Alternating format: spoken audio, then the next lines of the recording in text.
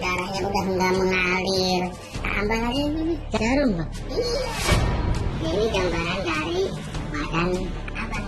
Ini yang tadinya bagus, terus kasih dulu kalau pokoknya ditakut-takutin ya gitu. Jadi semuanya buat kita.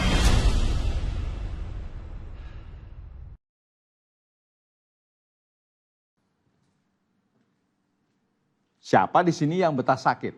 Yakin banget, pasti nggak ada. Dan kalau udah sakit, nggak sembuh-sembuh pakai obat warung, ya mesti buru-buru berobat ke dokter, biar sakitnya nggak semakin parah. Tapi pernah nggak di situasi nggak enak itu, terlintas di pikiran buat berobat ke alternatif ketimbang pengobatan medis? Ya nggak masalah juga sih, yang penting kudu tetap hati-hati. Karena bisa jadi kamu malah kena tipu. Lah, emang kenapa sih? Tonton langsung aja, Booster Investigasi. Jarum dalam telur, pengobatan alternatif abal-abal. Kembali hidup sehat, impian banyak orang yang tengah berjuang melawan sakitnya. Apapun ditempuh untuk atasi penyakit, salah satunya pengobatan medis. Tapi bagi sebagian orang, jalur pengobatan alternatif juga acap jadi pilihan. Tapi ya, kalau nggak jeli memilih pengobatan alternatif, bahaya loh, yang ada malah kena tipu. Loh, kok bisa? Ikutin ya kisahnya, nanti juga bakal tahu. Lewat arahan teman, tempat praktek pengobatan alternatif kami kunjungi. Kebetulan ada satu pasien yang lagi nunggu giliran. Belum lama ngobrol, giliran si abangnya yang diperiksa duluan. Kesempatan nih buat ngecek dulu kayak mana model pengobatan alternatif yang dilakukan si Mbah. Aroma spiritual mulai terlihat di sini. Apa? Sakit lupa sama hitam. Kalau menurut rawang saya sih ya kayak gitu. Jadi kalau kemanapun juga berobat itu nggak bakalan sembuh. Kalau belum di apa? Dinetralisir. Ritual pun dimulai dengan menggunakan media telur. Saya ambil ya.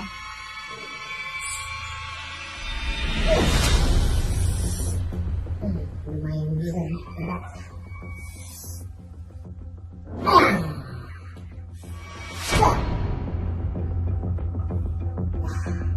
Ya sampean tahu ya apa yang menjadi penyebab sakit sampean di dalam tubuh tuh ini.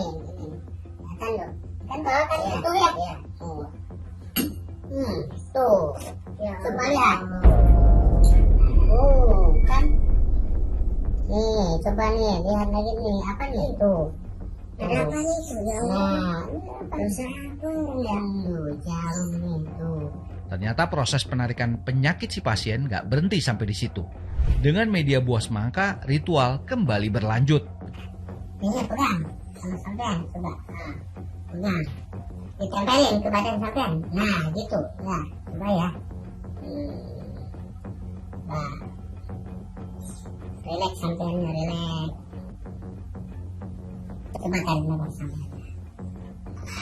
3 kali. Ya. Terus apa yang terjadi dengan semangka itu? Kita lihat. Tuh, nggak bisa ya. Makanya tuh. Ini maksudnya apa ya, Mbak? Kok semangkanya bolong-bolong begini tuh? Ini nih, semangka ini sampai rotes. Ini gambaran itu organ tubuh sampean, Mas. Astaga Dragon, daging semangka tahu-tahu remuk guys, kayak bekas diobok-obok, padahal kondisi kulit luar semangka masih utuh. Di luar nurul banget ini sih guys. Di ujung pengobatan si abang dioleh-oleh minyak tertentu yang kalau disimak sepintas buat nangkal segala hal yang berbau klinik. Yang bikin kita mendadak bengong pas si pasien dan si Mbah ngomongin soal mahar alias biaya berobat. Ini semuanya jadi berapa, Mbak? Sampai ada indikasi anggota tubuh tuh ada yang kena imbasnya gitu. Jadi kita pakai tambah lagi medianya pakai semangka. Jadi berapa semua? Jadi semuanya itu ya 1,5 juta. Ternyata udah ada patokan angkanya sob. Terhitung gede loh maharnya, 1,5 juta rupiah. Itu juga nggak ngerti ngefek atau enggaknya ke badan si pasien setelah pengobatan barusan. Nah, sekarang giliran kawan kita nih yang mau diterawang penyakitnya. Kawan sih sudah di brief sebelumnya, pokoknya nggak usah dilawan, diiyain aja, biar berapa sakti ilmu si Mbah. Terawang dulu. Iya. Waduh. Ini kayaknya nih udah lama nih sampai nih sakit tuh, iya kan? Betul Mbak. Oh iya, makanya biasanya nih kalau sakit tuh biasanya dari kalau siang nggak apa-apa ya biasanya gitu. Iya Mbak. Tapi kalau mulai sore sampai malam mulai terasa kan? Betul Mbak, betul sekali itu Mbak. Iya. Ada masalah nggak di tempat kerja? Ada sih Mbak, kayak ada yang iri sama saya, nggak suka gitu. Nah itu, ini nggak murni nih dia tuh. Kayaknya istilahnya nggak sekedar istilah nggak suka, biasa aja. Ini kayak benar-benar membenci, terus mengharapkan sampean tuh kayak sakit gitu, biar nggak kerja, nanti sampean bisa dikeluarin dari perusahaan. Simba langsung to the point ngegambar penyakit kawan yang arahnya ke santet. Dokter kalau lihat yang ginian, kayak mana ya reaksinya? Lagi-lagi telur ayam dijadiin media buat ngebetot penyakit yang ada di tubuh si pasien.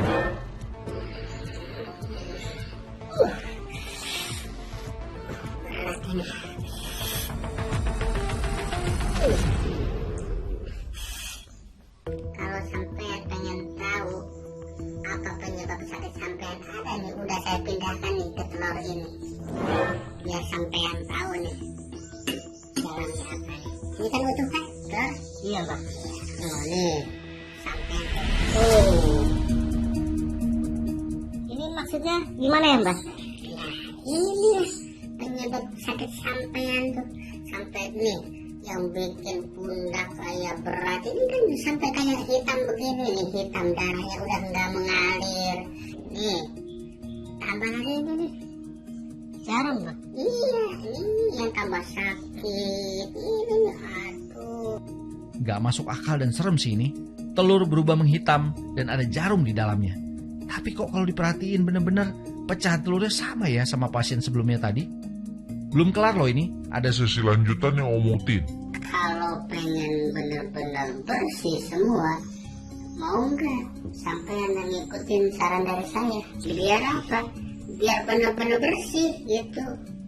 Ini kan medianya besar, jadi tidak menutup kemungkinan itu apa auranya udah benar-benar di sini di tubuh sampean tuh benar-benar udah menjalar semua gitu. Jadi mau tidak mau kita pakai medianya kelapa. kayak lagi dihipnotis, semua yang diminta si Mbah auto wajib diikuti.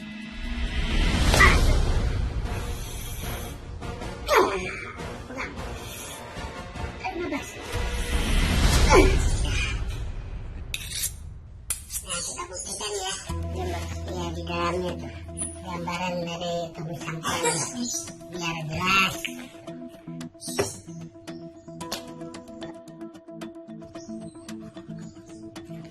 Nih, coba lihat. Tuh, warnanya udah merah tuh. Iya, Pak. Iya, ini darah sampean nih. Sampai.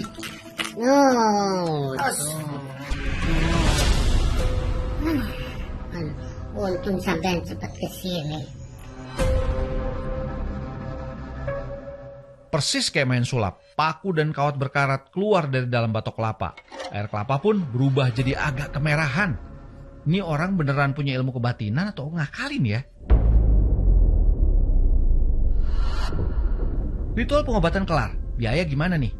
Tadi kan kita pakai media ini telur ya, terus dirasa kurang kuat, masih ada yang tersisa di tubuh, kita pakai ini medianya kelapa, jadi semuanya 2 juta. Asli ini sih digetok angkanya, 2 juta sob, gak masuk akal dan berasa dimanfaatin banget. Tahu kan, kita ini cuma pengen ngetes aja. Sebenarnya sih, nih kawan aslinya sehat walafidun alias kagak sakit. Kalau pasien sebelumnya dikasih minyak, kami dikasih buntelan kain putih yang katanya buat penangkal energi negatif. Jangan dibuka-buka, jangan kena langkah apa ya. saya terima Mbak. Ya, mudah-mudahan sehat ya. Jangan lancar kerjaannya ya.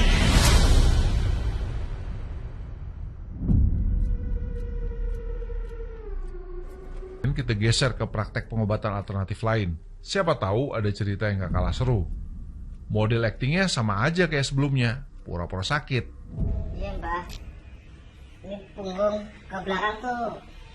Kalau mau maghrib sampai malam tuh sakit Mbak. Oh jadi mau diobatin. Betul Mbak. Saya ambil ini aja ya, kapas dulu ya. Saya lihat itu ada penyumbatan darah, tapi entah ada apanya. Tapi saya harus penyumbatan darahnya dulu ya. Saya ambil darahnya ya. Nanti sampean tempelin di mana yang sakitnya ya. Coba saya tarik pakai keris. Nah, tempelin situ Pak.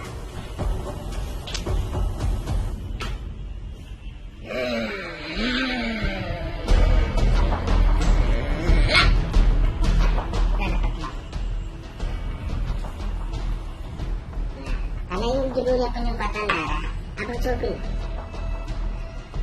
Tuh, kan? Aduh. Ini maksudnya apa ya, Mbak? Oh ini darah pengental ini sepertinya abang ini ada serangan dari orang yang sirik. Ini urusan jualan kayak gini abang di pasar ya Bang ya? Betul. Ini ada serangan ini Bang. Walah, kelihatan asal bacot ini mah. Lawong kawan ini bukan pedagang, malah dibilang kalau lagi punya saingan dagang. Yang bikin kocak, penerawannya ternyata juga beda sama paranormal sebelumnya. Mas, Kita kayak benar-benar membenci terus mengharapkan sampean tuh kayak sakit gitu. Biar enggak kerja, nanti sampean bisa dikeluarin dari perusahaan. Udah gitu, kita tetap digiring biar nurut ke proses berikutnya. Kelihatan aja kayak lagi aji mumpung cari cuan. Buah semangka jadi media lanjutan untuk menarik penyakit gaib. Lewat keris yang katanya pusaka, penyakit digeser ke dalam semangka. Dan hasilnya, Coba kita buka ya. Iya Mbak. Nah, lihat sendiri. Ini gambaran dari badan abang ini. Di dalamnya seperti ini. Seperti buah semangka ini yang tadinya bagus, jadi rusak. Aduh. penampakan semangka remuk yang udah gak bikin heran, ya 11-12 sama pengobatan alternatif sebelumnya. Biar penyakit gaib ini bisa ditarik secara tuntas, kita digiring lagi ke...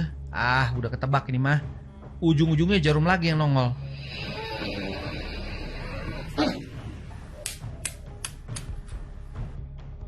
Tuh kan bener, template banget ritualnya.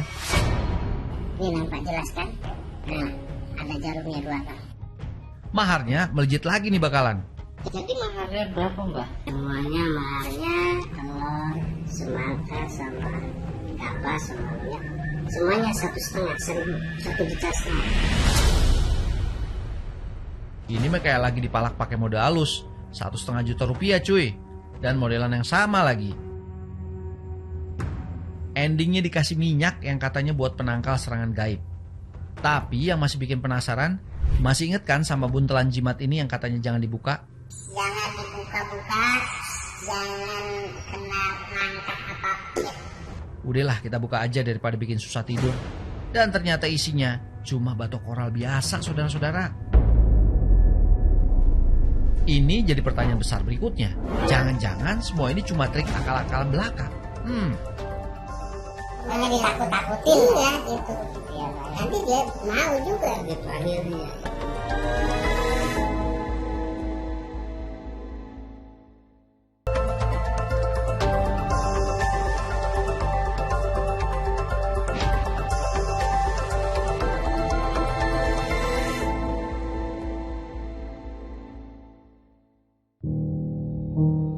Biar ngejawab ini pengobatan alternatif abal-abal atau bukan, kami coba nyelidikin di sekitaran rumah si paranormal pertama. Dan kebetulan Doi baru balik ke rumah dengan membawa tentengan yang bau-baunya ada hubungan sama kegiatannya. Terlihat beberapa telur sepertinya mau diproses. Tapi uniknya, pakai acara direndam dulu yang kalau dilihat agaknya itu cairan asam cuka. Bukan cuma telur, kelapa utuh juga kayaknya bakal dioprek. Kelihatan bagian tangkai kelapanya dicongkel gitu. Anehnya setelah tangkainya copot, kelapa disogok pakai obeng. Buat apa sih? Walah, ternyata itu cara buat masukin paku guys. Paku ini masukin juga udah mulai berkarat, gak cukup satu pula.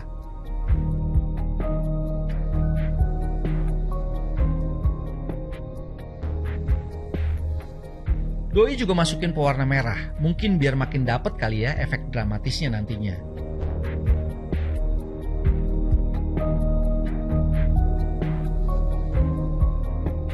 Biar kelihatan balik kondisi normal, bonggol tangkai kelapa ditempel kembali pakai lem. Asli garapannya rapi jali, sekilas nggak kelihatan ada bekas oprekan.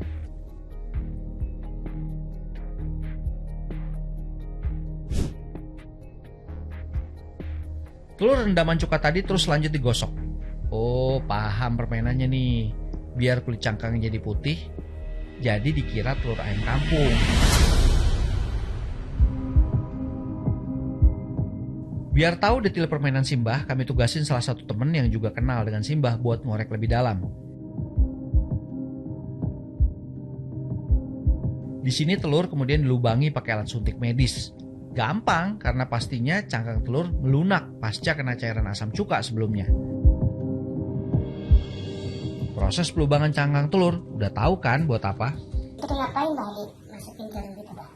Biar apa gitu? Ya biar orang tuh yang nggak percaya gitu bahwa ini tuh ada orang yang sakit tuh, oh bener ada yang guna-guna gitu.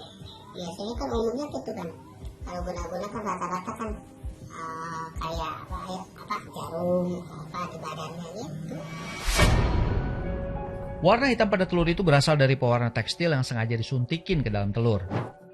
Di media lain seperti semangka, ternyata begini ngopreknya.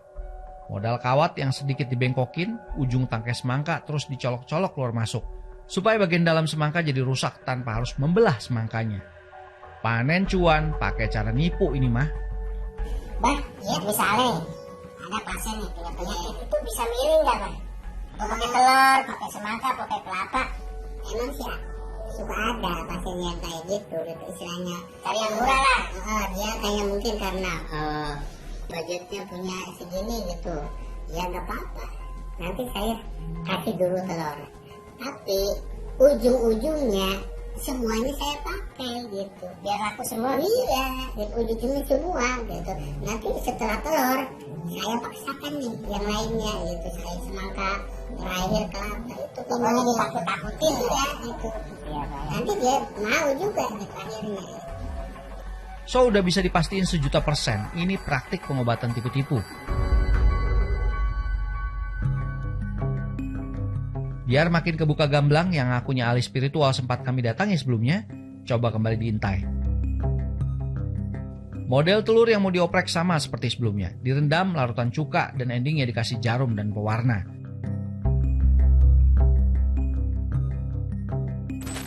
Sementara buah semangkanya juga dicolok-colok pakai kawat, sama kayak paranormal abal-abal sebelumnya. Tapi ada satu ritual yang beda kali ini. Masih ingat kan sama media kapas putih yang diusapkan di pasien, dan setelah itu dicelupkan dalam air, mendadak jadi merah kayak gitu? Ternyata kapas putih sebelumnya ditaburkan pakai pewarna bubuk supaya nggak kelihatan curangnya. Kesimpulannya, nggak paranormal pertama maupun kedua, ujung-ujungnya cari untung di atas derita pasien.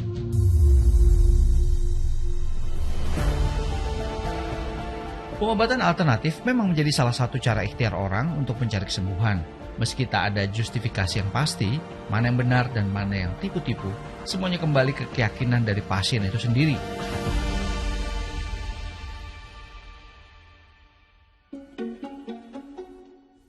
Pengobatan alternatif Ade Farihin ini misalnya tidak pernah sepi. Ada saja pasien yang datang kepadanya. Berbagai penyakit sudah ia tangani. Metode pengobatannya sangat sederhana, dengan cara memijat di bagian tubuh pasien yang sakit sambil berdoa kepada Tuhan Yang Maha Kuasa. Ade meyakini kesembuhan datang bukan karena dirinya, melainkan dari Sang Pencipta. Ia juga menyarankan setiap pasiennya untuk tetap menjalankan pengobatan medis. rata-rata yang kebetulan istilahnya konsultasi ke sini mungkin sudah capek berobat kemana capek. Ya, tapi saya yakinkan kepada mereka bahwasanya memang setiap penyakit pasti ada obatnya. Metodenya bagaimana? Satu, keyakinan seseorang tersebut mau sembuh. Yang kedua, ada medianya seperti herbalnya yang tepat. Yang ketiga itu doa. Tapi saya yakinkan juga mereka untuk, ya silahkan periksakan lagi ke dokter. Kalau mau yakin dan tambah yakin. Memilih pengobatan alternatif sah-sah saja, namun baiknya pengobatan medis juga harus dilakukan agar ada kepastian tentang penyakit yang diderita. Pada pengobatan medis ini dia berdasarkan pada bukti. Bukti itu ada dua, empiris maupun bukti ilmiah. Bukti ilmiah didapatkan dari penelitian-penelitian, jurnal-jurnal. Jadi sudah terukur. Pengobatan alternatif itu karena belum ada evidence-nya, bukti ilmiahnya, tolong untuk dipertimbangkan karena itu menyangkut keamanan diri sendiri juga. Jika akan menentukan pengobatan alternatif sebagai pilihan, sebaiknya tetap harus berkonsultasi dengan dokter yang menangani untuk melihat efektivitas terapi dan keamanan dari terapi. Pengobatan konvensional atau pengobatan medik itu adalah utamanya. Sementara jika memang dibutuhkan pengobatan alternatif, itu sifatnya komplement. Untuk pengobatan alternatif ini, jika tidak dipandu dengan pengobatan medis, tingkat resiko efek samping itu sangat tinggi. Resiko tinggi bisa saja penyakitnya nggak sembuh-sembuh, malah jadi tambah berat akibat komplikasi dari penggunaan, misalnya kalau herbal ya, penggunaan herbal yang nggak terkontrol, berobat sendiri, makan sendiri, minum sendiri, jadinya malah dia bukannya tambah baik, tapi malah tambah sakit atau malah memperparah kondisi dia. Ngeri kan? Makanya mesti selektif. Boleh kok mau pakai jalur alternatif. Tapi tetap harus ada rekam medis dari dokter juga ya. Biar gak salah-salah treatment ngobatinnya. Toh ujung-ujungnya buat kesehatan kamu juga kan? Oke lah, booster investigasi kami cukupkan sampai di sini. Saya Joy Astro. Thanks for watching. I'll see you around.